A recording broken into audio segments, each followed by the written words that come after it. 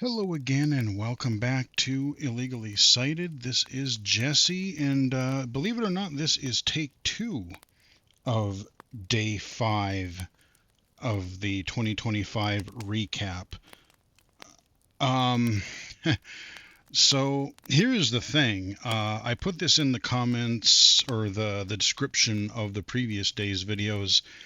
Um, yes, I'm using my new headset for these recap videos, but in my infinite stupidity, and I didn't notice or realize, I forgot that I had a all metal metallic USB thumb drive, flash drive, in right next to my USB-C dongle.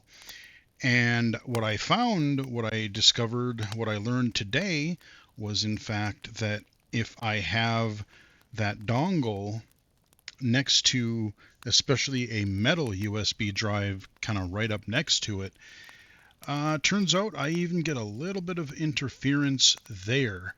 But I've recorded several videos prior to that with nothing in the USB port next to it. And so if I do that, it should be fine. I don't know that I have it in me to re-record all the other videos. I did listen to all of the other ones at high speed just to see if and how they recorded. Parts of the first video are a little rough. Videos 2, 3, and 4 are there are little periodic hiccups in there here and there, but overall they're not horrible. I mean, they're still better than some of the a few videos that I released with an old headset. So I do apologize in advance, or by the time you get to this point. Hopefully this video will be perfectly fine, because we do have our blue fireplace up here as I would in the original version of this recording. But I don't have that USB flash drive in my computer, and so you're just going to hear a little bit of popping and crackling of the cozy Pixel fireplace here. So yeah, I totally apologize. I didn't know it would be a problem. Like I said, I forgot that the drive was even in my computer when I started this marathon of recording today. But I did notice that the final video here, the first draft, was a bit on the rough side, a bit of audio cutting out. So I'm going to brave it, and we're going to do this one more time. So where we left off, we talked about mainstream games, we talked about boomer shooters, accessible games, assistive technology, glasses, AI. And one thing, a couple areas I should have mentioned, I guess, in my day 4 video, accessibility and AI, or accessibility and assistive technology and everything. Again, there's been so many things happening this year, you kind of forget. But this is another excuse for me to redo day 5, because now I can mention these here. I mentioned it briefly, I think, in the first video, but regarding accessibility, this summer was quite interesting because we had accessibility features come to the Nintendo Switch 2, the Steam Deck, and the Meta Quest headsets, the Quest 2 and 3. Now, again, the Quest one especially, it's a screen reader, but it is by far not blind accessible because you're still using a laser pointer interface, and many of the icons are stupidly small. And so while it still does help me out quite a bit, there are still aspects that I still have trouble, and I will also kind of double up on using the ability to undock windows and kind of pull them closer to make them easier to read or see, in addition to screen reader functionality. But the fact that we had this European law kick into place this summer by the end of June, I don't think that's any coincidence as to why we now have these other platforms, the Switch 2, the Steam Deck, and the Meta Quest lineup have rudimentary screen readers in them. Are they perfect? Absolutely not. As I just mentioned, the Quest one, it absolutely needs a lot of work. But the fact that Meta finally put a screen reader in and can build from it, excellent, great, love to hear it, love to see it. The Switch 2, as I briefly mentioned in the first video, the first recap video, what's there is actually quite decent. It's quite good, but it needs to be able to, the screen reader needs to be accessible and to be able to be enabled during the initial setup process, because it is not. It also does not work with the eShop. So you can buy your games via the Nintendo website and whatever, and then when they're added to your library, you can go there and have them installed. That you can do, but the eShop really does need to be accessible. As far as the Steam Deck, they've added a few updates here and there and improved things slightly, and it does pretty good with your library and your settings and all that stuff, kind of similarly to the Switch 2, but they also don't really work in the store. At least the last time I tried it relatively recently, it did not work in the store component of the Steam Deck interface. So again, all of these have a lot of work that still needs to be done. But there's a glimmering ray of hope. 3 platforms that we kind of just assumed that they would not be accessible till God knows when. We actually have some fairly significant progress in that. I mean, yes, there's a long way to go, but the fact that they're even not only acknowledging but doing it, Nintendo, like when they really announced the Switch 2 features, even like when they were announcing everything else for everybody else, they had an accessibility page pre-launch, and they had little video clips of all these various accessibility features: text size, magnification, controller remapping, screen reader.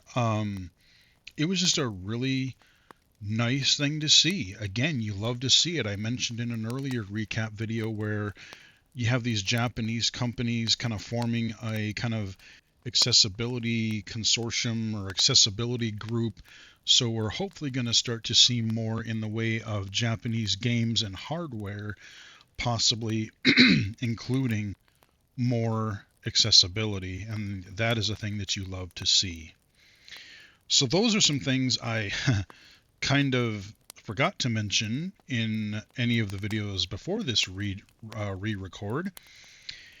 And again, I do apologize for any of the hiccups. No, Joe, it's not your fault. I am using the new headset, but I'm a dumbass, and I forgot to remove the thumb drive, because until I had that in there, I was having no interference problems. So let's hope that this going forward, that this take 2 will be a better wrap-up, a better quality wrap-up video for this series. So I apologize the other ones aren't perfect, but I just don't think I have it in me to record another 4 or 5 hours of video over again. It's not horrible. It's still listenable. It's just not perfect. And I blame myself for it. So it is what it is. So this last video, now that we've covered all this other addendum stuff, is about a lot of my personal highlights of the year. Mostly good and mostly great. There's been a lot of things that have been happened that I've done and accomplished and have happened to me personally this year that have been really cool. I do want to start out with a couple of bummer things, negative things, I feel like I don't want to necessarily include this as part of the recap video, but I feel it's only right to do so because it affects blind and visually impaired. It affects people with disabilities. It affects people that are struggling. It affects people in the United States, people around the world. And of course, I'm talking about our current political climate here in the US. I alluded to it earlier in another video, but um, if there's one thing about 2025 that was a real kind of a colossal bummer, it is this whole administration. Yes, I largely blame Trump, but it's all of his cronies and the people that he put in charge. You know, it's just the sheer fact of if something can help people, they're against it. They want it gone. They want it shut down. They want it defunded. If it can help people, they don't want any part of it, unless it can help the billionaires that are in power and the people that are um, doing all kinds of shenanigans, breaking the laws, and whatever, whether it's insider trading, whether it's all the Epstein crap, whether it's whatever it is they do. If it's about them breaking the law and getting away with it, they're fine with it. But if it's something that could help your average, everyday citizen or worker, they don't care. They actively want it gone. They want you harmed. And it's really disgusting because there's a lot of things that are happening this year. I don't get political on this channel, but I think, like I said, it's going to affect a lot of people that are watching this video, especially with all this medical stuff that they didn't get renewed before the end of the year. Everybody's, health premiums, insurance and everything could double, triple, quadruple depending on what provider you have. And I don't know. I've heard conflicting reports, and I've heard different things from different news places and like companies and things like that. But I've heard some people say that, oh, my insurance is going to go up to a couple $1,000s a month, and that's not affordable. I mean, who can afford that? A couple $1,000s a month on top of everything else going up in price? That's not going to work. And all of this type of stuff, whether it's the shutting down Congress early because they won't even let you vote to extend this medical subsidies, whether it's everyone going against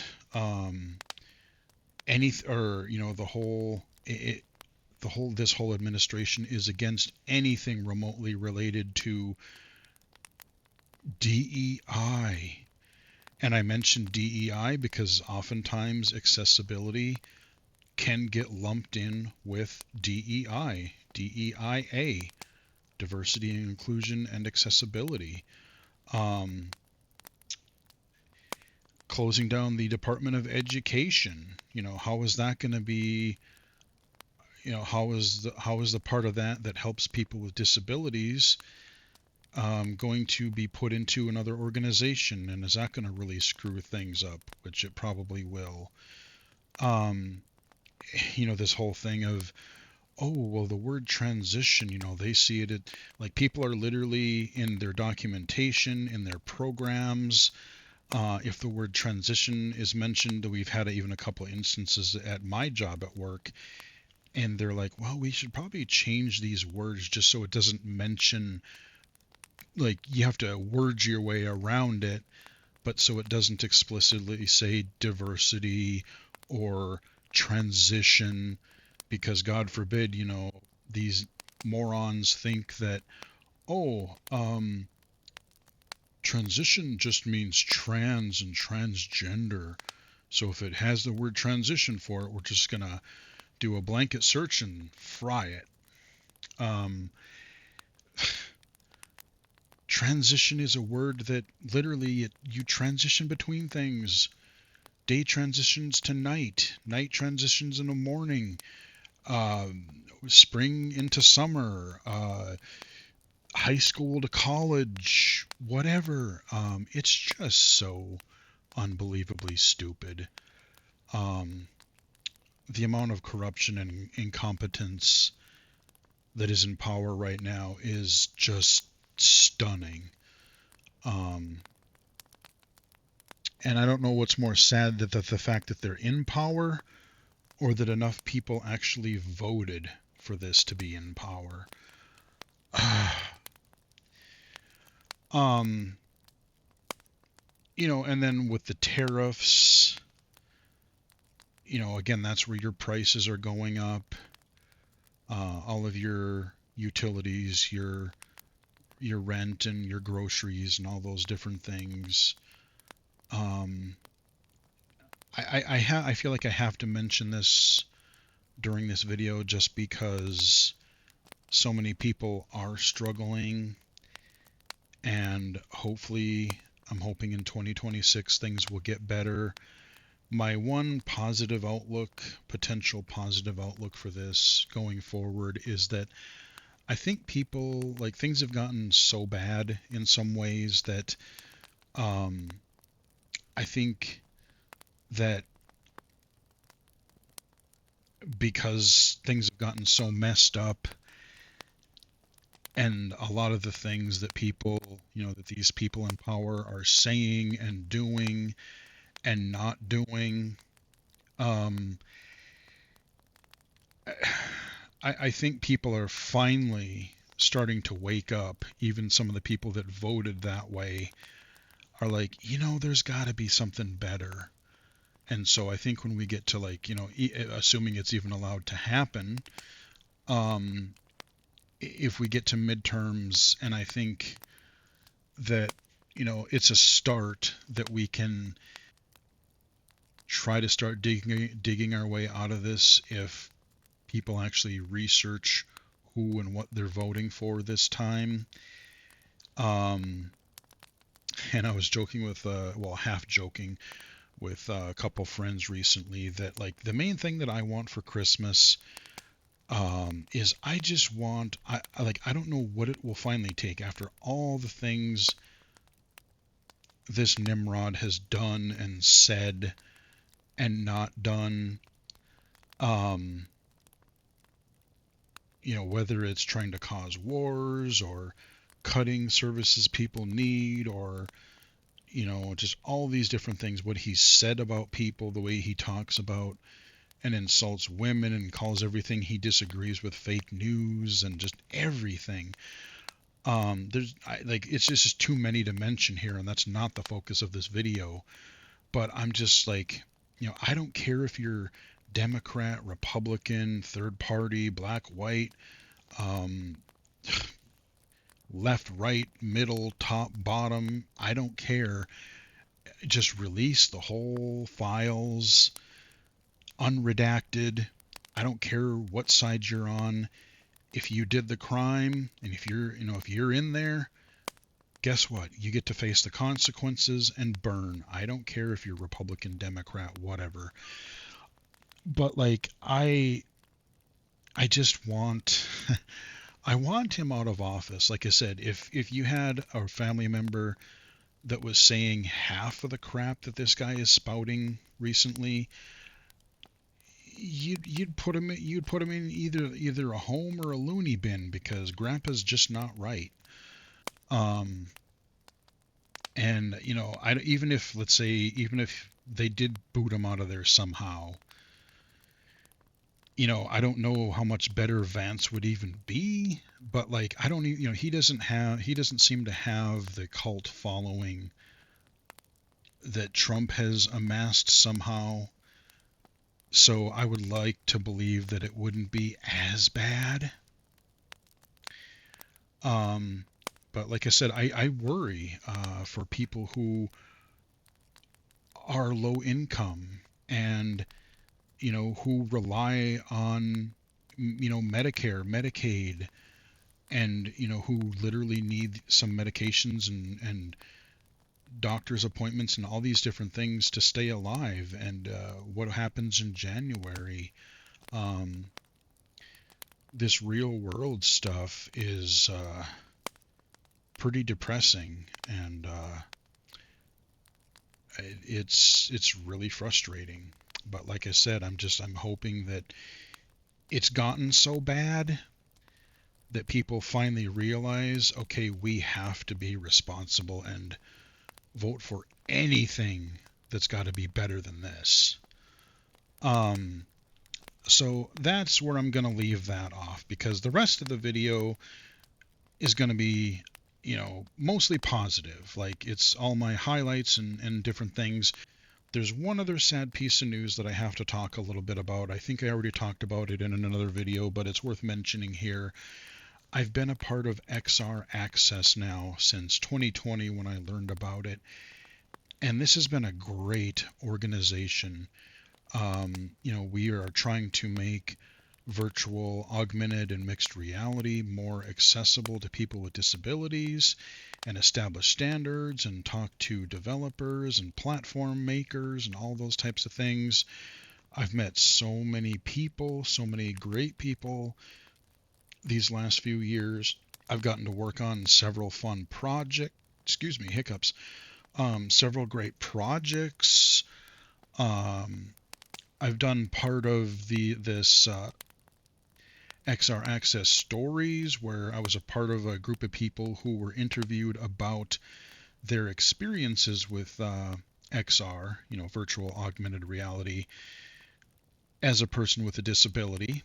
And you can find those on the XR Access YouTube channel, or I have linked those videos in my playlist, my podcast presentations and interviews playlist. I have the short abridged version, and I have the full interview that I did up there. So check those out. Check that playlist out. And unfortunately, this XR Access organization, again, kind of due to all this political climate stuff and defunding a lot of these areas that happen to deal with inclusion or accessibility and things like that, a lot of the funding for these areas got cut. And as of the end of 2025, XR Access is basically on extended hiatus, indefinite hiatus. I don't know if and when it'll return again. But yeah, their funding was cut, and it is basically shutting down. We had our last virtual meeting last week, which was kind of a bittersweet thing, because it was fun kind of hearing from everybody again and talking with everyone again. But again, just to see all of this work that we've been working toward the last 5 years or so just be shut down. That's the kind of things that are going to keep happening in this climate. So that is the one bummer highlight that I had to mention. Thank you to everyone in XR Access.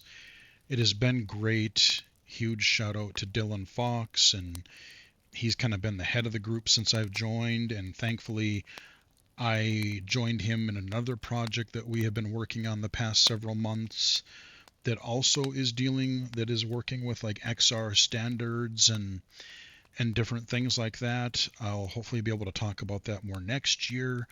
But that's been another fun group that I've been a part of, and I'm glad I'll be able to still work with some of these people in 2026 through that way. But it is still sad to see XR Access be shut down. So some of my other highlights of this year. Early on this year, I was invited to present a couple of sessions through a couple of monthly meetings through our Minnesota Department of Education to like vision teachers, caseworkers, those types of things. And I did one session, I believe it was February. It was either late January or February. That one was on game accessibility, kind of an overview introduction to it, because they work with students, K-12 students, and everybody plays games now, kids, adults, teens, we all play video games of some sort.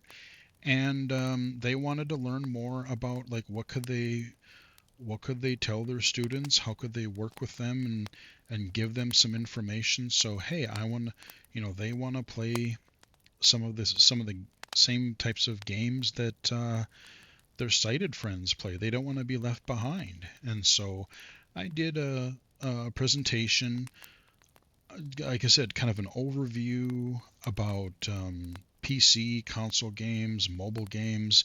I demonstrated a couple of games so they could kind of see what they were like, played a couple video clips, and also just sort of gave some advice of like, let's say somebody is new to it, how would you get somebody started? And I basically said, hey, people have smartphones more than likely, or they have access to smartphones or tablets like an iPad. They might have access to a computer already. And there are, again, to see if you like gaming, and if this is a thing that you might want to do, a hobby you might want to enjoy, to play and enjoy, you could start with the platforms that you have. Try some iOS games. Try some free or low-cost PC games. And then I also gave a little bit of info on how to get started on gaming consoles like Xbox and PlayStation. And at the time, of course, we didn't have Switch 2, so I didn't know if that was going to be accessible or how accessible it would be or not. So that was a fun session, and people seemed to really like it. And then I think it was either March or April, I did another session, and this one was on AI, accessible AI tools. And in that one, I covered a little bit of your mainstream AI tools, your Google Gemini, your ChatGPT, Copilot, even a little bit of your stuff that's built into iOS for like working with ChatGPT or generating text. So I did a little bit of that, but then I also kind of covered a bit of blind and low vision specific AI tools. What is current with your Seeing AI, Be My Eyes, the Ally app, and I did demonstrations of a few of those. And then we talked a little bit about the Meta Ray-Ban glasses, because at the time, we didn't have the Echovision or the Ally Solos glasses, so I really only could talk about where things were with the Meta Ray-Ban glasses. And again, that one also seemed to go over pretty well. And both of these I had got permission to archive them on my YouTube channel. So again, if you check out that podcast presentations and interviews playlist that I have on my channel, you can check out those MDE sessions is what they were called. One of them, again, is on AI, and the other was on game accessibility. So those were actually fun presentations, and I hope they helped out people a lot. I also joined, I was invited to be a part of this new group that ACB started this year. For a while now, there's been an audio description project group. And it's all about, making audio description for movies and TV shows and stuff. But there is a new group, ADP Gaming. It's kind of a spin-off of the ADP group. And, it's just what it says. It's all about trying to improve audio description support in video games. And so, we're trying to basically, do a few different things.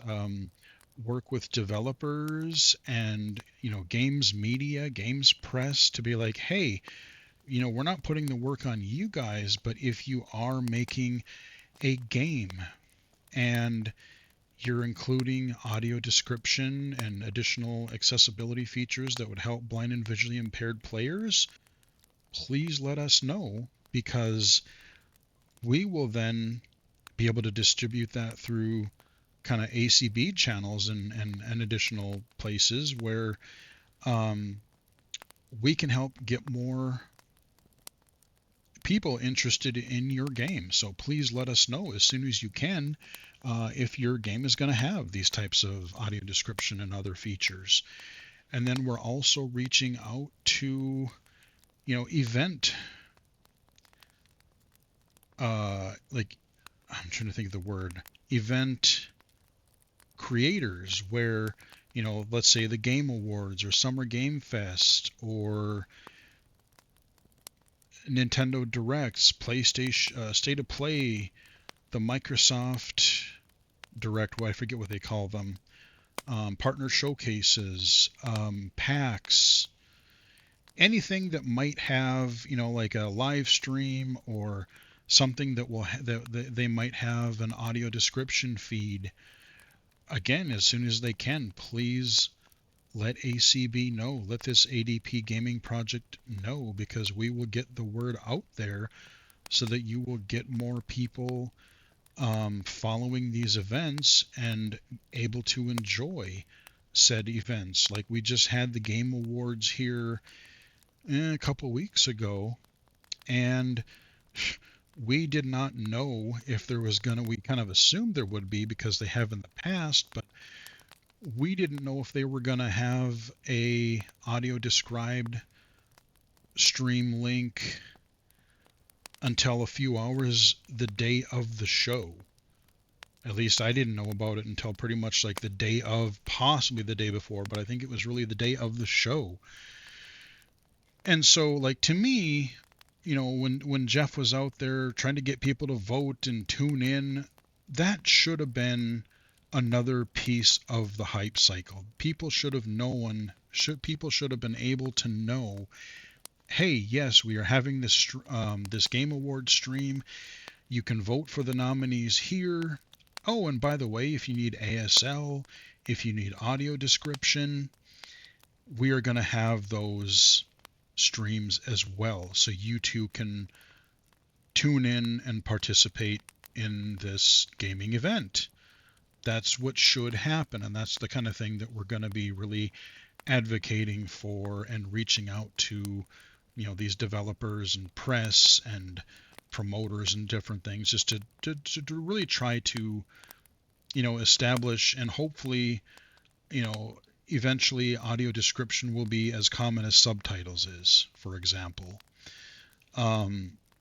So yeah, I was asked to be a part of that group. So I've been working on that the past several months as well as a side project.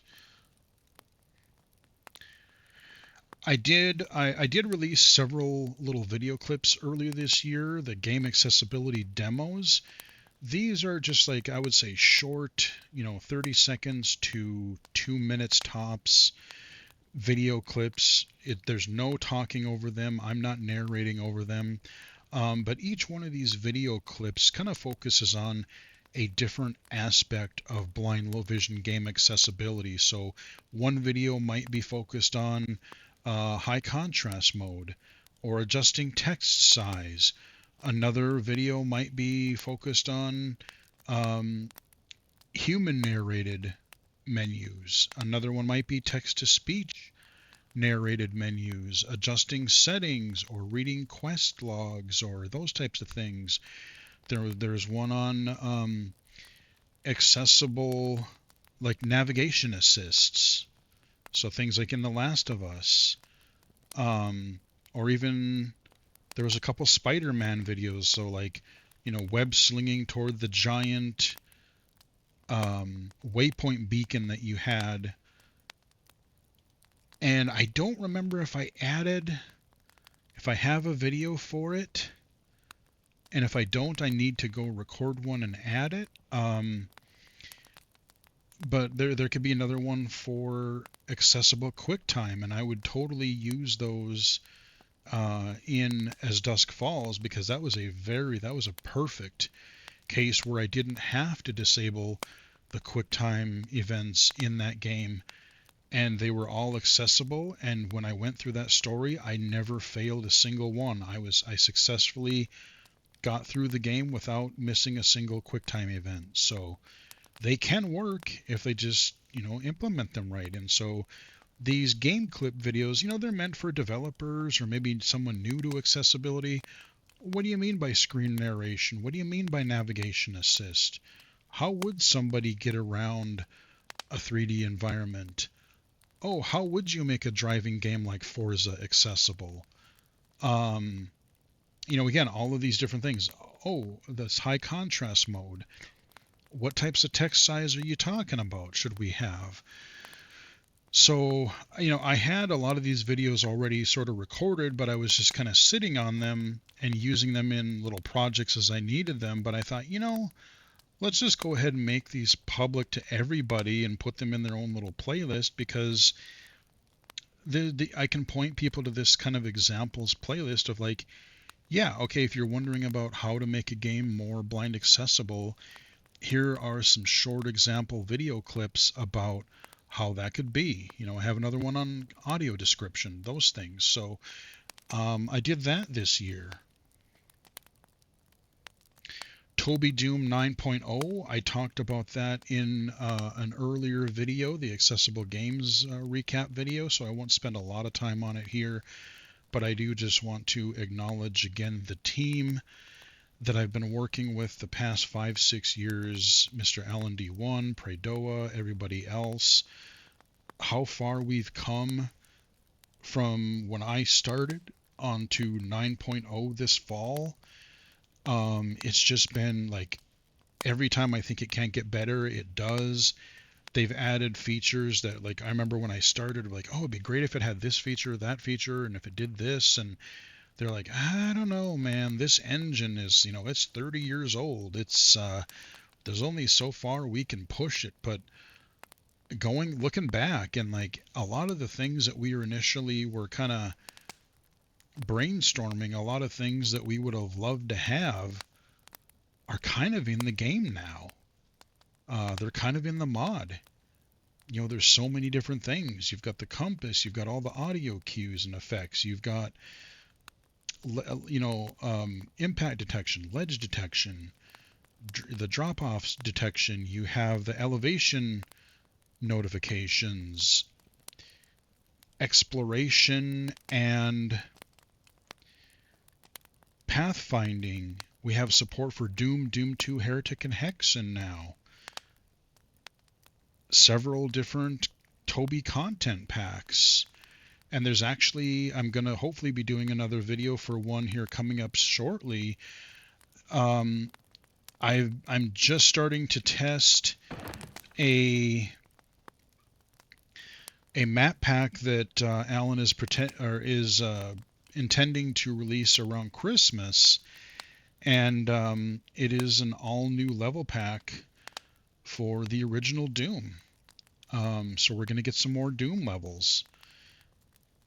And, moving forward next year, I'm going to try to approach the team again and see if maybe, like, if we can start doing some Wolfenstein 3D style content, because I know that there are GZ Doom maps already out there for the, the vanilla levels, probably of the original 6 episodes of Wolfenstein 3D, and probably Spear of Destiny.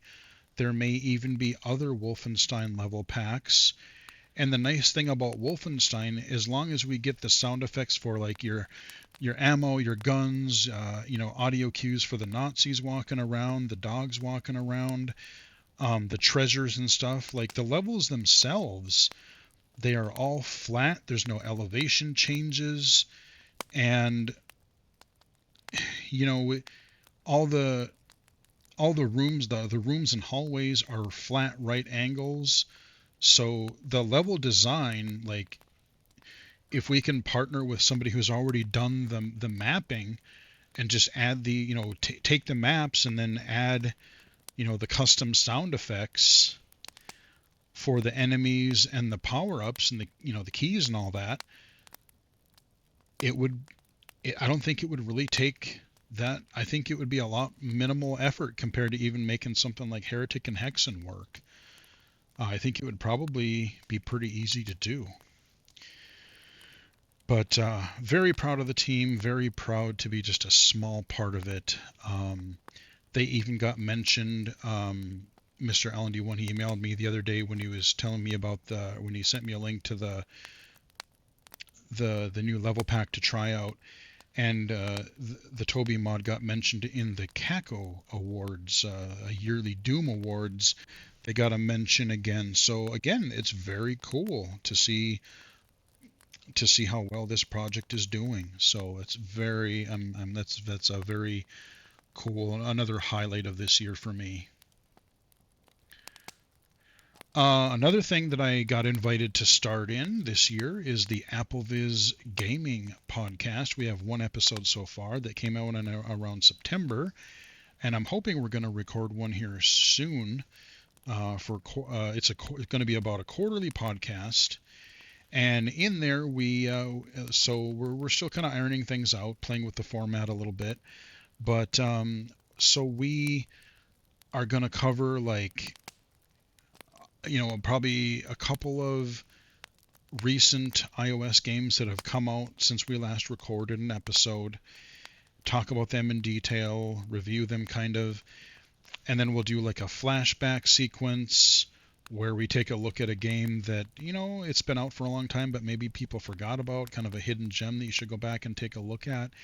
And then my specific segment is they want to draw some attention to non-iOS games. So to let people know that, hey, yes, this is an AppleVis podcast that is geared toward iOS.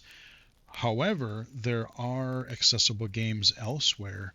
And if you want to play something on the PC or consoles, I'm going to cover one of those games each episode, and then we'll talk about them. So that's another fun project I'm getting to be a part of now. So that's going to be a fun one to continue. And I've talked about all these games and stuff that I don't have time to play them all and finish them all. This is why I have my day job. I have all these other projects that I'm working on. Don't get me wrong. I love doing all these extra projects. That's why I accepted to do them. But I'm busy doing some other stuff, so many other things that I just don't have the time to play video games all day and complete them and get around to ones I really want to play. So but the AppleVis podcast, go to AppleVis, and just you can check out the AppleVis podcast feed. You will see that in the list somewhere. And hopefully we'll have another one coming for you soon. Speaking of ACB, though, we did have a session at the ACB conference this year. We had a couple people live down there in person. I and a couple other people joined virtually via Zoom, and we had a panel kind of introducing the ADP gaming panel and just kind of giving an overview of audio description in games and where things are at right now. We had our moderator, we had someone who works in the audio description field for gaming. We had a developer from Ubisoft that was part of the sound design and everything and helped with the audio description. And then we had a advocate/consultant, aka me. So I was part of that group as part of the ADP gaming project and as part of the ACB conference, Alphabet Soup here.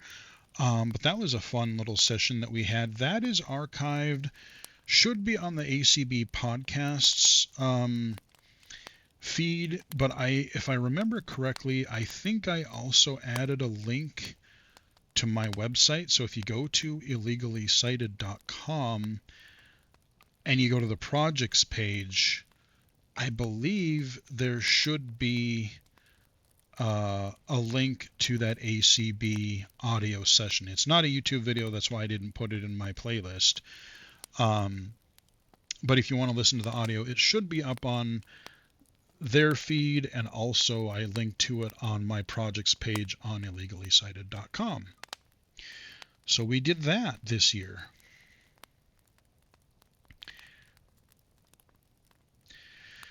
So then I was also invited to be on a few different end-of-year Game Accessibility Award panels.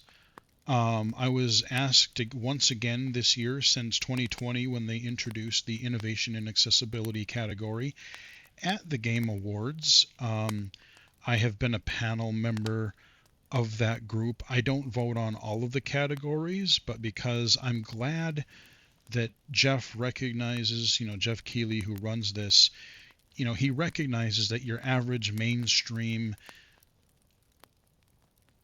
games press or whatever, they're not going to know a lot about accessibility, and they're not going to really understand and do justice to this category. So he invites many of us people, kind of experts in this area who have the lived experience and that are, reviewing and consulting and advocating for this stuff. And it's people with all kinds of disabilities: blindness, low vision, hearing, motor, cognitive, all these different types of disability representation, to come up with the nominees for this Innovation in Accessibility category. So I was once again invited to be a panelist in this year's accessibility category. And congratulations again to Doom: The Dark Ages for winning this award, which is very cool because I love Doom, and it did have some nice accessibility features that did help me out quite a bit. The funny enough, I'm not going to go into a lot of detail as to what goes into this process because I'm not even sure I'm really allowed to. But the funny thing is you would think that I voted for Doom to be, the nominee and whatever. And actually, all I'm going to say is I actually voted for some other things, not because I didn't want Doom in there, because I didn't want it to win, but I wanted to recognize a couple of games that were doing some things that had never been done before, and I wanted to recognize those. So, but yes, I'm still glad that Doom won. And again, maybe that gives them incentive to even do better in future games for blind accessibility. But I was a part of that. And then I was asked again for the first time to be a part of the AppleVis Golden Apple nominee panel. So when you go to vote for your AppleVis Golden Apple Awards, the apps and games that are in those categories, there is another group of us that they reached out to, where everyone kind of comes up with, okay, what apps and games should be in all of these nomination category, or all of these different categories. Your best accessible game, best accessible app, the developer of the year, and I forget what the fourth one is, but yeah, so I was invited to be a part of that, and that was kind of a cool honor too. So that was another fun experience. And then finally, I can't really talk much about it, but I also got to be invited this year to help out a little bit with the GA-Conf awards that are going to be happening in January. I don't yet have a specific date, but I was asked to be a part of that panel. So the games that got nominated for in a whole bunch of categories, we got to help with that. So a lot of cool new experiences, new and returning experiences this year, as far as like game accessibility nominations for Game of the Year, being a whole part of that process in a few different places, a few different ways. And speaking of the the GA-Conf awards, I got another kind of a shocking surprise. So again, there are a lot in this GA Conf Awards. There are, I think, over 20 categories of awards related to accessibility, both for different, areas of disability, but like representation or developer of the year or just a whole bunch of different categories. And I was perusing them, and boy, was I surprised to see that in the Advocate Advocate of the Year award, yours truly was a nominee. So I don't know who put me in for a nominee for that category, but thank you. It is very much appreciated. It was a big surprise to me. Let me tell you, I was very surprised about that. And just, the other people that are in that category, just to be a nominee along with them is a cool honor. I'm not doing this for bragging rights. I'm not doing this for clout. I do all of what I do because I love doing it, and I'm hoping to help people. Um, but it is kind of cool to say, oh, hey, cool. I was actually a nominee for this category, and personally, I don't know that I expect to win. It would be really amazing if I won. I would again be even more shocked if I did. But even just to be a nominee, like I said, along with the other people that are also in that category, is pretty cool as it is. So thank you again to whoever put me in for that nomination. Um, Very cool surprise. So doing a lot with Game Accessibility Awards this year.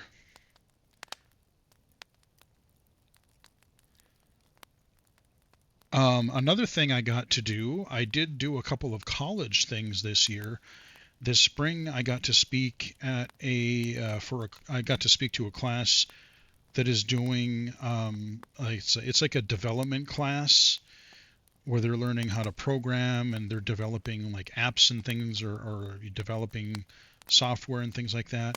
So the instructor of that, I've known him for several years now, and he invited me to speak to the class along with him, and where we talked a lot about adding accessibility when, and different accessibility considerations when designing for blindness and low vision, whether developing an app or a game or whatever it is.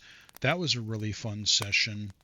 And then this fall, just about a month ago, I don't think I'm at much liberty to talk about a lot of it, but I was invited um, to be kind of like a mentor for a class for a couple of weeks, where they had a whole bunch of groups that again were doing some kind of like partial development, but also partial, like really thinking of a problem to solve relating to accessibility.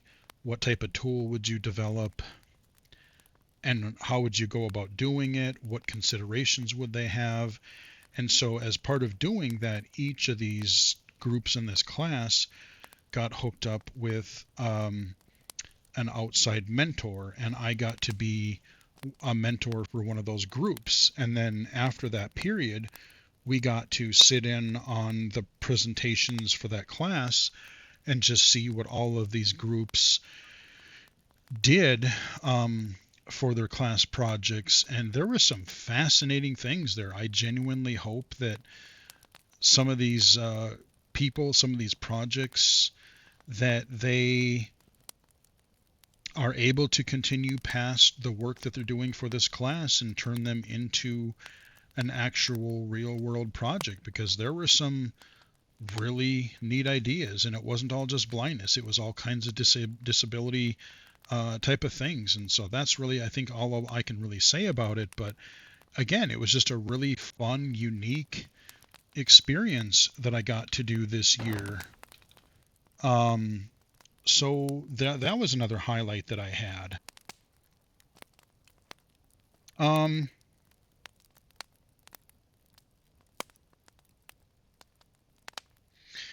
and then again, of course, all of the games that we talked about earlier this week, and the Steam Deck and the Switch 2 and the Quest 3, getting one of those and finding out that there's now rudimentary screen readers in all of these devices, just seeing all of these devices that kind of I didn't think would have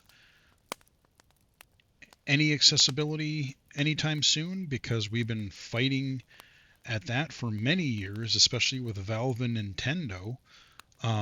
So again, that was a really nice other treat, basically, another highlight for this year. And I think that really covers just a lot of my personal highlights and experiences that I've had this year.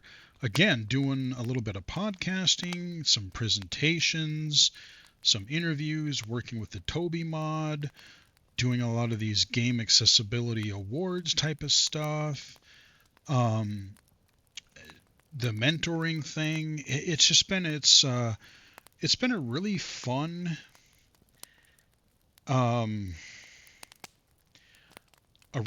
year as far as some of the side projects that I've been able to do, in addition to regularly doing the YouTube channel as I have been, and of course my day job. And that's just another highlight that I would have to say is, again, the reason that I do what I do for my day job, the reason that I do these YouTube videos, the reason that I join all these groups like the Low Vision Microsoft group or XR Access or this ACB group now.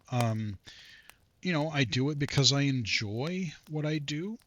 I do it because I want to help people, whether that's like helping them realize that they can, like my day job, you get a student that is new to technology, maybe they just lost their vision or their school kind of didn't get them the tools they needed that they should have had younger. So by the time they get to us and being able to work with students and go, oh, somebody who's having a lot of trouble, and showing them some tools, and they just kind of, it just kind of clicks with them to say, oh, wait, I would love to do this type of career, but I never thought I could because of my vision.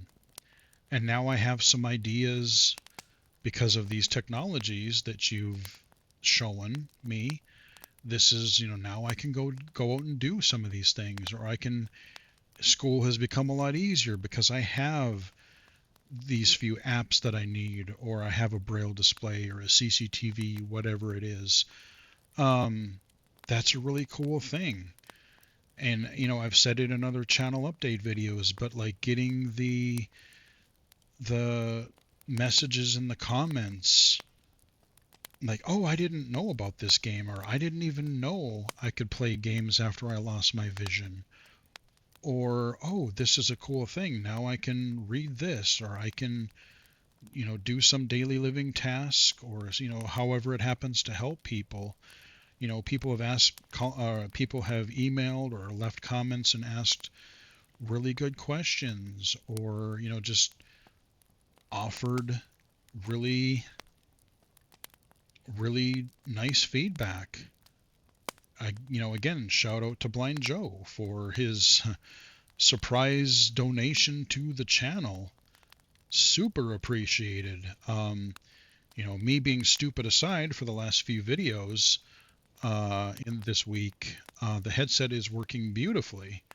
And even when it was, had a few audio glitches for the last few videos, it's not as bad as it was with, in some cases, with the other headsets. So I just got to remember before recording, take out the thumb drive, and it should work better.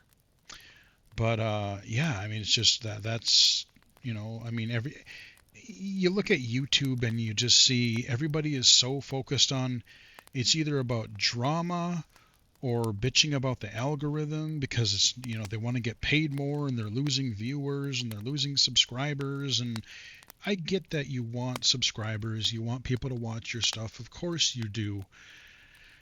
But it's become so much more about the algorithm and the views and the drama and trend chasing.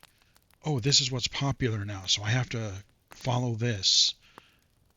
No, like, I don't get me wrong, there's still a lot of content out there on YouTube and Twitch and stuff that I like, but I really wish people would not exclusively focus on content creation as a career. I mean, if you can do it, more power to you. Great. Um, but, just maybe when you start out, start it as a side thing. See if you like it. Do what create content about things that you enjoy or that you are knowledgeable about. Because if you're just doing videos on, any number of topics that are currently popular, viewers can see right through that, or podcast listeners can see right through that. And, they know when you're talking about it because you want to talk about it, versus, oh, I'm talking about it because I have to be part of this same conversation. And if I don't talk about it, people won't view my videos. And so I have to trend chase, or, I'm doing this because this is what will get, I'm covering drama and negativity gets clicks and views. And so I get more money. Have fun with it. I've been doing this since 2012 and, I haven't even monetized the channel yet. And I've thought about it, but like, I'm not begging, like I said, I've said this a few times. I feel like I'm using the internet wrong because whether it's a podcast or video or just in general, like everybody's begging for money in some way, whether it's a Patreon, whether it's a GoFundMe, whether it's merch, whether it's, whatever it is, but like everybody's begging for money. And I feel like I'm interneting wrong because I'm not constantly throwing up ads and asking for money all the time. Thankfully, I'm so thankful I have my day job and I have all these other projects and that I can do all of this because I like to do it. And just for the sake of helping people. Would I love to turn this YouTube thing into like an actual career? Yeah, I think it would be cool. But again, even whether it's relying on an employer that you go work for, or whether you put all of your stock into YouTube, like, to me, you can't really depend on that because especially with technology, things fluctuate so badly that, 1 minute you're on top and the next minute you're not making anything. And, I know that's why people do diversify and have Patreons and different things and merchandise besides doing YouTube, because they can make, kind of diversify their income a little bit. So if one channel dries up, they'll still have something coming in. But like I said, I'm doing this because it's something that I can do that I don't really consider work. I mean, I do consider it work, but I consider it like fun work. And, I find that I like doing it and it's helping people. And, doing this YouTube thing, it's helped me kind of build a secondary career in game accessibility consulting. It's helped improve my presentation skills, whether I'm presenting in front of an audience or people, whether a live audience or virtual, or whether I'm doing a tech assessment and just how I present things better. There's a lot of things that doing YouTube and Twitch and all of these things and being on Twitter have done for me over the last decade, I'll say. So yeah, I mean it's a long way to say that that's just kind of been another one of my highlights is some of the feedback that I've gotten and knowing that even if a few of my videos helped somebody in some way, it's pretty cool. So before we wrap up this week here, I do have a couple other things. So those are some of my personal highlights. Um, but I want to talk a little bit about a couple other like media highlights. So we've talked about games and technology, but there's also been a few gaming related and just kind of nerdy or other like video, like movie or series highlights that I wanted to briefly touch on this year. One of them was the Castlevania Nocturne anime. And if you haven't watched the original Castlevania anime or Nocturne, those are on Netflix and they both are quite good. I would recommend them, and I believe they have audio description now. So those I would say are quite good. There was a documentary earlier this year called It's in the Game, and it was about the Madden franchise, which, I'm not a huge Madden gamer. I'm still bitter about them for taking the exclusivity and of the NFL and ruining the NFL 2K series, basically banishing it. But it was still sort of interesting learning about especially the early days of the Madden games and how they got everything going despite the technical limitations. Sonic 3, the third Sonic the Hedgehog movie. Again, it's a kid's movie, but I found it to be, it was fine. It was amusing. Jim Carrey as Robotnik and in the Knuckles character, they were kind of amusing. I don't know. I enjoyed it for what it was. Of course, next year we're going to have the Mario Galaxy movie. And then the year after that, supposedly, we're going to get the live action Zelda movie. Curious to see the trailer for that when it comes out next year, hopefully, so we can get an idea of what kind of story they're going to tell, what kind of mood they're going to do. Is Link actually going to talk? Who knows? But yeah, the Sonic the Hedgehog 3 movie. Awesome games done quick and summer games done quick. We are literally going to have AGDQ again in less than a month. I don't remember the dates, but it's always in January. And then, of course, we'll have SGDQ this summer. And I really, really need to try to remember this time. Usually they have it in Minneapolis, which is just, my backyard.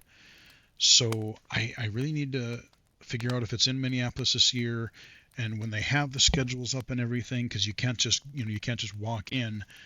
You have to register for a day or however long you're going to be there. But I would love to show up to that and see a few speed runs and meet some of these speed runners that I've watched for years in person. So I always look forward to those. The Last of Us Season 2, which did win the Game Awards category for Best Adaptation. I would not have voted for that. I love the Last of Us games. I thought the first season of the Last of Us series was really good. But Season 2 I didn't think was near as good as the first season.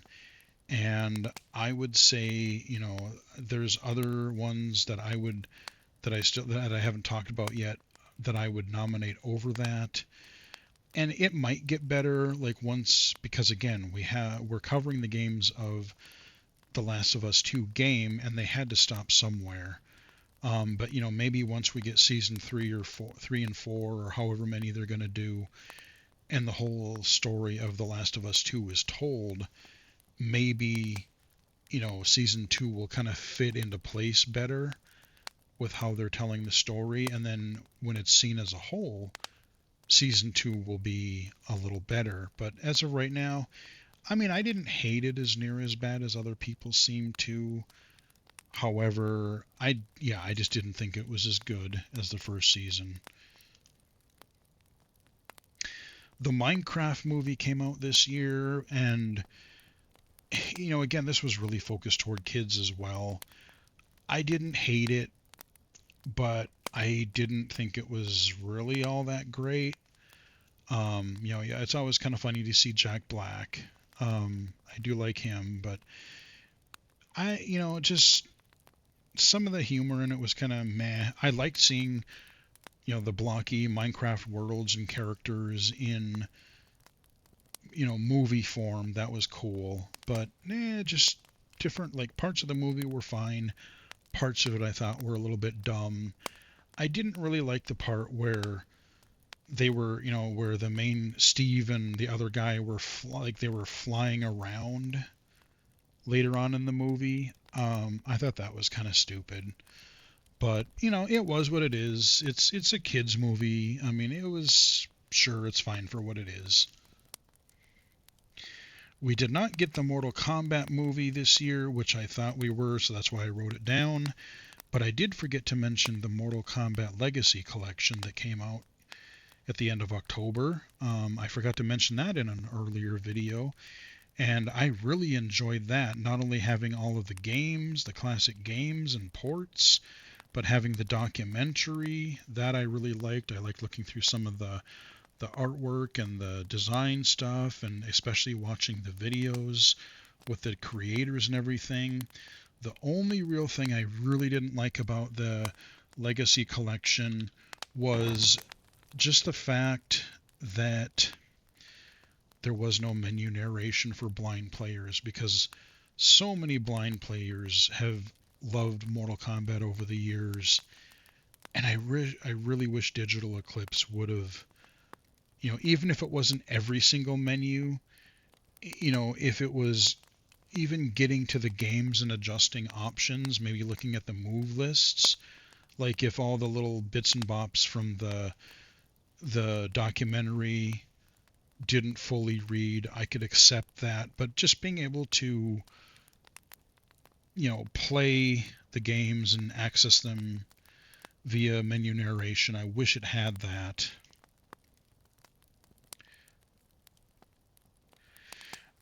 I have not gotten a chance to watch this, but I put it on the list because I fully intended to. The Devil May Cry. I think that's on Netflix. I believe I don't think it's a movie. I think it's a series. But it's one of those that I want to get around to watching. I've heard good things about that. Going Postal, the documentary. This is on the Postal game series. I didn't play much of Postal 1. I played the demo, but it was kind of this sort of isometric thing, and it was really tough to see for me. Postal 2 is kind of a guilty pleasure of mine. I did do a video for it on the channel a while back. Postal 2 and even Postal 4. Postal 3 was a complete disaster that we shall never speak of again. But Postal 2 and Postal 4, they're both first person. They're shooters, but you can be kind of passive. You can be aggressive. You can be a freaking maniac. And there are things that you can do as mechanics that I would say are questionable at best, bad taste at worst. But you don't necessarily have to do them. But the Postal games, they're weird. They've always been a little bit weird, but like I said, Postal 2 has always sort of been a kind of a guilty pleasure. It's not a great game, but some of the stuff that they put in there, some of the weird hidden mechanics that you can discover, it does some stuff. So they had a documentary about the series, and so that was kind of an interesting watch this year.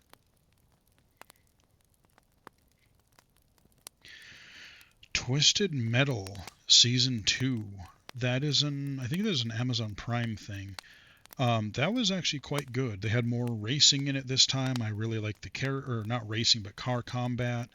And just the characters in it. I think they did a pretty good job this season of, having the characters interact with each other, and you kind of got to know them a little bit more.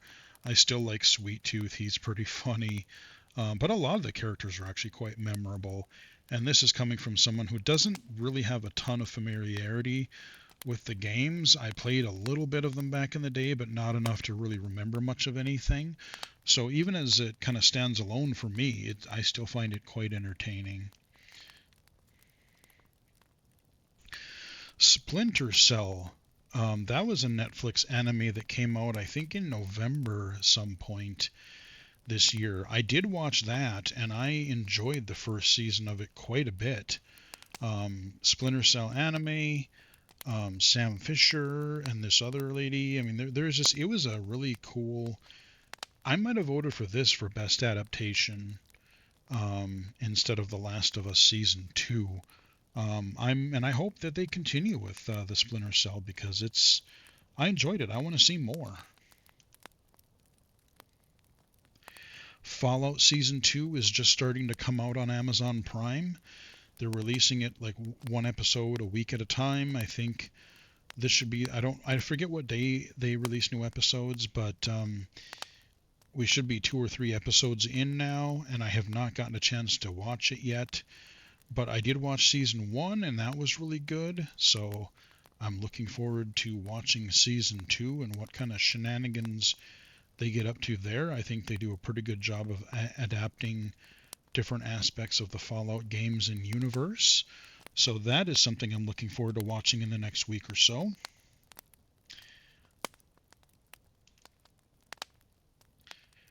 And then there's a few other things that aren't necessarily gaming, but I kind of just wanted to mention anyway.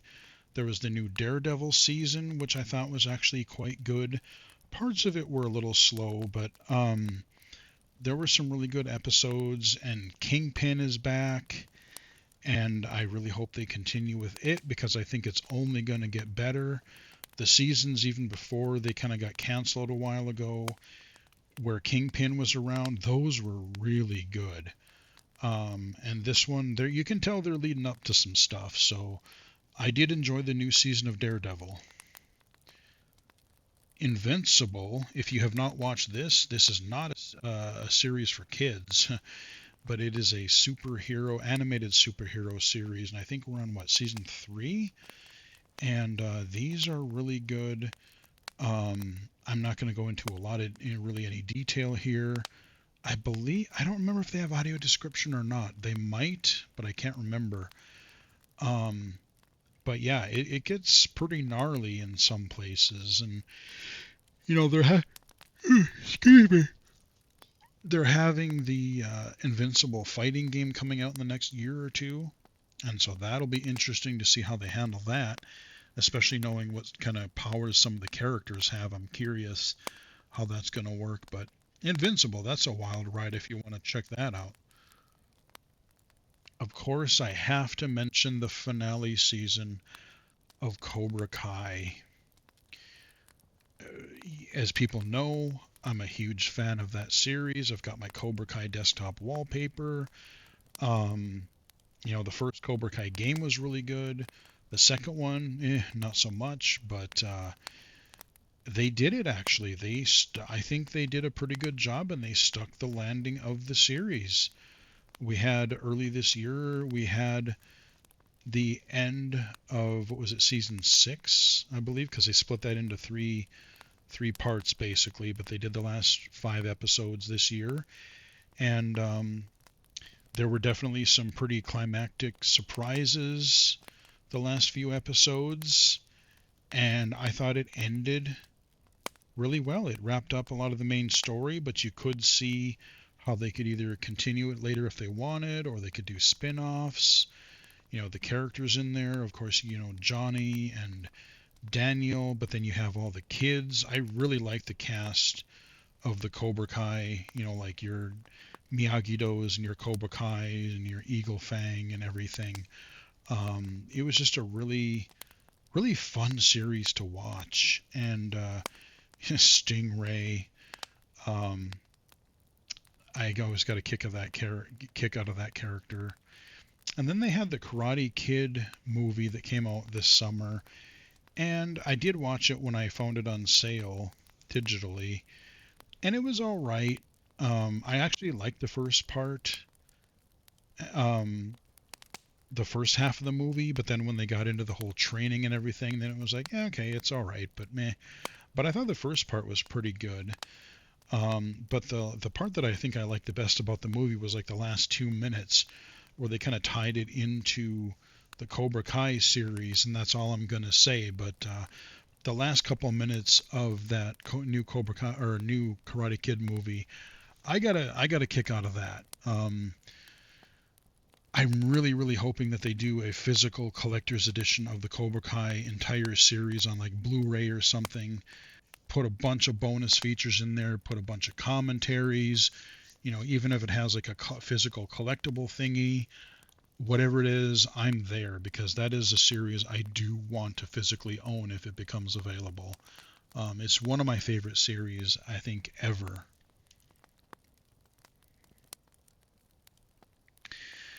They did have a season of Black Mirror, season 7. If you have not watched Black Mirror and you're interested in a little bit more technology dystopia, not that we need any more of that right now, but it is a fascinating series that's been going on for several years. Some of it's a little bit out there, but then some of the episodes, like each one is their own story. It's not like a ongoing series thing necessarily, but like it's each episode is its own scenario related in some way to technology. And ooh, boy howdy, there's a few of them that are really gnarly and really messed up. They're really dark. And there's some of them that are like, ooh, we're not there yet, but I totally see this becoming a thing if we're not careful. Or, oh, we're already kind of on the way to this right now. We better not do that. So yeah, check out the Black Mirror series if you have not done so already. It is kind of fascinating. And then Dexter Resurrection. We had a couple of Dexter series. We had a continuation from the original Dexter series. We had one season, and we weren't sure, based on the ending of that, if they were going to do any more. Then we had a prequel season, which they apparently canceled follow-ups to that now, but that was also pretty good. Young Dexter and Deb in that, when their dad was alive.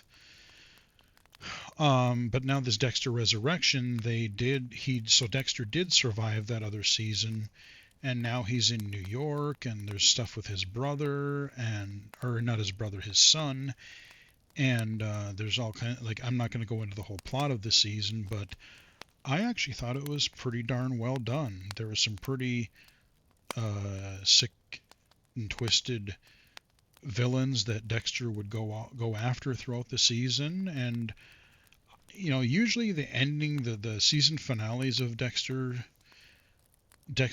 seasons or finales have kind of been